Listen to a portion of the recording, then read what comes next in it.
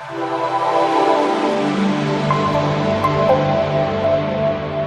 and welcome to Ignite the Spark again. So today we'll discuss about different uh, entrepreneurial activities while running up a startup. How do you make sure that your idea or whatever you are trying, if you identified your passion, that's well and good. If not, then you can walk through the previous video and go through that psychological and psychographical analysis and meet and match your passion with your commercial demand. So I hope you have seen that video. If not, you can go back to the Ignite the Spark channel, YouTube, Facebook, anywhere, and you can have a look at it.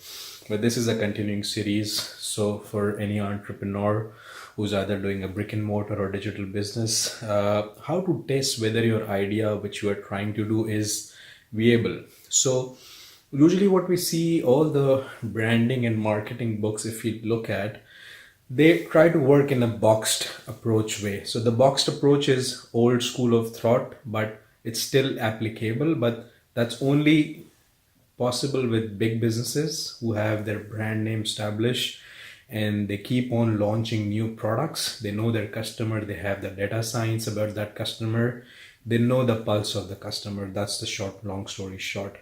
But for a startup or maybe for a brick and mortar business which is new, you actually have a lot of suggestionary thoughts and you might have a strong appeal that the idea which I want to do looks strong, but you don't know if it works or not. So how do you test that? There are three theorems. So number one is, you if you feel that the idea cannot be copied, because usually in technology industry idea has a very big value. So if you feel your idea can be pre-tested, it's good to learn something about quick market research, and do that in two forms. One is qualitative and one is quantitative. So let's say you are trying to launch a product and you want to develop an Amazon store. By the way, many people I have seen in all the communities are now earning a lot from Amazon stores or ETSY stores. You just pick the product or maybe drop ship it from China or any vendors, or go to affiliate brands and maybe easily make 3 to 5 grand profit a month. So that's a quick thing.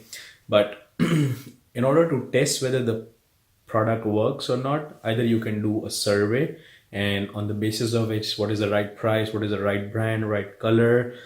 Let's say if the product is about pets, you can talk to pet owners and you can check if it really works in the market, the ethnographic, the price competition, and how brand conscious your people are. So on the basis of which you can set up your startup, either brick or mortar and online. We'll talk about both the mentorship models, and you can pilot this to action. Theorem number two says usually startups go successful if initially they put their own money. The problem with a lot of angel rounds in Silicon Valley downside is people really raise funds. They made the model so catchy that investors, now the time is not that people really works on invest on startup or prototypes. So prototype is slightly a later phase after startup, but usually you need to check the water level, putting slightly your own money, or maybe you need to borrow that basic money, but you need to make sure your own money is tested before you get in the investor's money. You don't lose the credibility. B, because when the money gets into your pocket and you don't know where to put the money, you actually try to spoil it faster. Okay, so we don't need to do that. And theorem number three is, make a very basic BCG metrics. BCG metrics is very easily available. You can check the theories, Google it. But that theorem really works in 2018. So you make a product which is a combination of very easy. So doing business is very easy. It's not a very rocket science thing. The easier the business, the more chances for success are. The complicated the business model, higher the level of failure probability is exist. So you need to market the business in a better way rather than making it complex. So make a product which is easy to understand, easy to communicate. And a real spot check is, if you can put your business plan on one page and you have a crystal clarity, this means your business is successful.